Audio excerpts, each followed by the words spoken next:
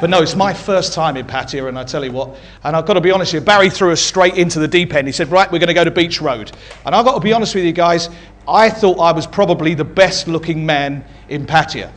Because by the time I actually walked down Beach Road, I'd been tooted at about 15 times in 22 seconds and thought, yeah, this is it.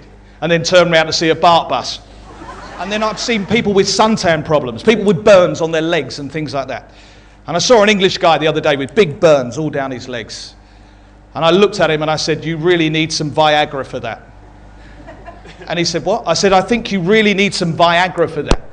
And he said, will it help? I said, no, but it'll keep the sheets off your legs tonight. So,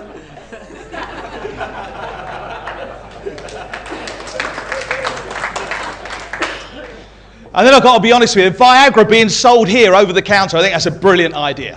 I mean, no prescriptions like we get in the UK, Viagra over the counter. I thought, well, this has got to be a trick. I have to do this because it's the only way I'm going to get some.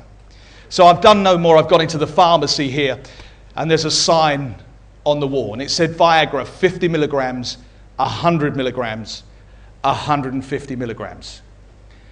And I had to ask him, I said, excuse me, I said, can you get that over the counter? He said, you can when you've had 150 milligrams. I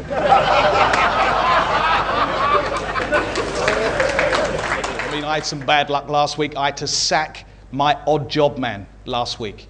I had to sack my odd job man. I gave him 8 jobs and he done 1, 3, 5 and 7.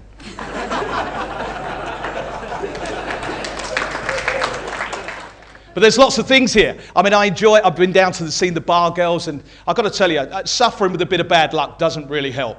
I mean, the other night, I pulled a blind bar girl. Can you believe that? A blind bar girl. Unbelievable. I tell you what, she was brilliant. You had to hand it to her. And I had to go and see the doctor here. And I said, doctor, I said, I'm really having problems. I said, I can't say my F's, my T's, or my TH's. And the doctor said, well, you can't say fairer than that. And it was a fantastic pantomime that started off life being called Cinderella.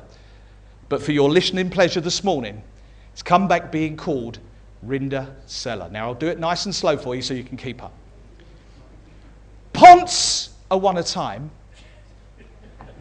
there lived a widow girl, and she lived in a widow lighthouse with her 2 sugly isters. One day, news come that the Pransome Hints was bowing a thrall. May I bow to the gall? Asked Rinda Seller. No, you may not, said the 2 sugly isters. You must stay at home and dosh the wishes, flop the moors, empty poss pits, and shivel shot.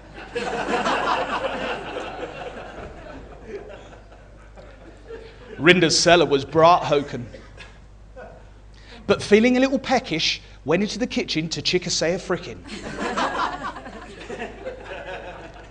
She got nist as a pute, and all of a sudden there was a blinding blash of flight.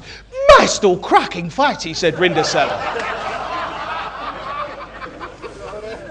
And there appeared the Gary Fodgother. Why are you crying, my dear? Said the Gary Fodgother.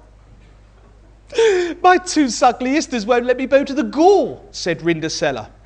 No whacking furries, said the Gary Fodgother.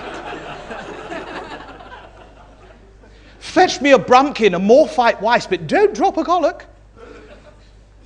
Rinda Seller returned with a brumpkin and more fight wice, and the Gary Fodgother waved her magic wand, and there appeared horfight horses in a beautiful Bolden garage.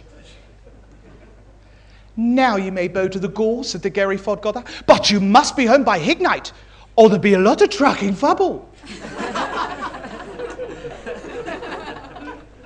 Rinda Seller bent to the wall, and she was so beautiful the 2 sugly isters didn't Rinda-size Brecknella.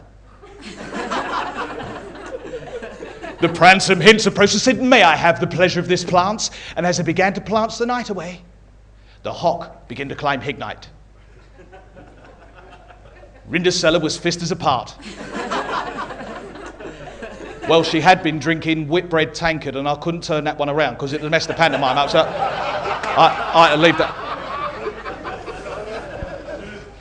Rindasella fled from the gore, and as she began to flee, one of her slash clippers flipped off her soot. The pransome hints picked up the slash clipper and said, "Whoever this flipper shits, spits. I shall marry."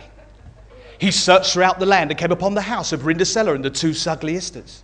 The pransome hints docked on the gnaw, and the two Sugliistas rushed forward saying, "The flipper sits me! The flipper sits me!" But of course their beat were too fig.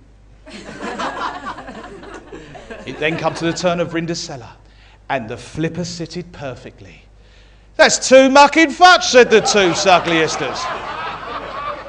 But the pransome hints and Rindasella got married, living their life in luck and fuckery.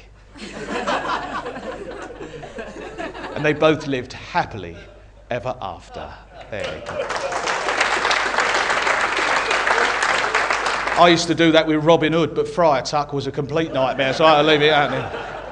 But I've got to be honest with you, ladies and gents, I mean, it's a great pleasure for me to come over. As I say, we've been filming in some God knows degrees temperatures up the road, and we've had a really great time. And it's been a pleasure just to come out and have 5-10 minutes with you this morning at the expats meeting. Thank you for inviting me, and we'll see you again soon. See you later, guys. Great job, thank you.